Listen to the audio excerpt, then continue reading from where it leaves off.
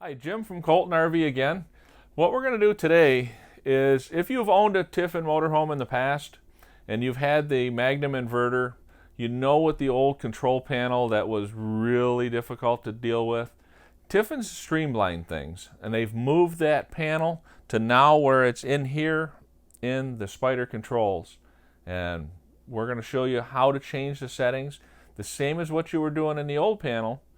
Now it's more customer friendly and a lot easier to interface with. We're starting at the home screen. We're going to hit the little battery indicator. That's going to bring up our energy management program. And we're going to go to the inverter, the little gear button. Now we can adjust our inverter settings. They're all factory set, so more than likely you'll never have to go in here and do anything. But if it's necessary, this is where you'll find it. The status screen is going to tell the tech what he needs to know. There really isn't a lot there that a customer is going to need to get involved in. The low battery cutout, the system will shut off at 11.8 volts so that you don't kill the batteries completely. If your shore power goes down below 80 volts, in order to keep from damaging the inverter, it'll shut down. The shore breaker size, if you're on a 30 amp service, you want to set that for 30 amps so that it doesn't blow the breaker on the shore power, because the inverter's power hungry and it'll take anything that it can get. The max charge rate, 100%. That means it's going to go right up to 100% if it's given the opportunity to, with enough voltage to do this system. Search wattage. The system will shut down and it'll go into a sleep mode if there's no call for power. The search watts, as soon as it sees a 5-watt load, it'll kick everything on and wake up, and everything will be back in action and ready to go. And it saves on batteries and the battery usage. Back in the panel, the other thing we wanted to talk about was AGS, is automatic gen start.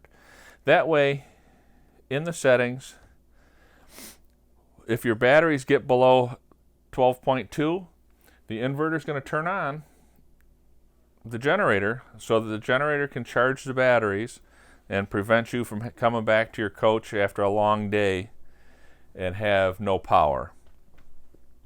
What the start triggers are, as the batteries get low, it'll start the generator to charge the batteries.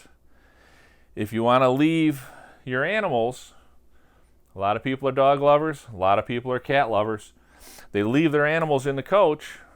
You set the HVAC loads so that if the air conditioner is called for, it'll turn the auto gen start on, start the generator, and it'll run the air conditioners to keep your animals cool and comfortable while you're gone. Insufficient shore power. If you're at a campground that has insufficient power, it'll start the generator to supplement the power from the campground. Quiet time. If your campground says you're not allowed to have the generator running between 9 p.m. and 8 p.m., you set your quiet times. Now your generator won't start. But at 8 a.m., that generator is going to kick up and start charging. The starting controls, it'll restart after 5 tries. It'll delay after each try 30 seconds to give the starter a chance to cool down. The minimum run time, if it comes on and it charges fast, it'll only run 10 minutes. The maximum run time, it'll run 2 hours, 3 hours, whatever you set this maximum run time to. 240 minutes is what they recommend, but it'll stop when the Magnum inverter charger gets into a float mode. To explain that a little bit better, the Magnum inverter charger has 3 modes, where it'll bulk charge and it'll charge the batteries really fast. Then it goes into an absorption mode where it's storing the battery voltage a lot better And then float is kind of like a trickle charger where it's just going to kind of hang out and float.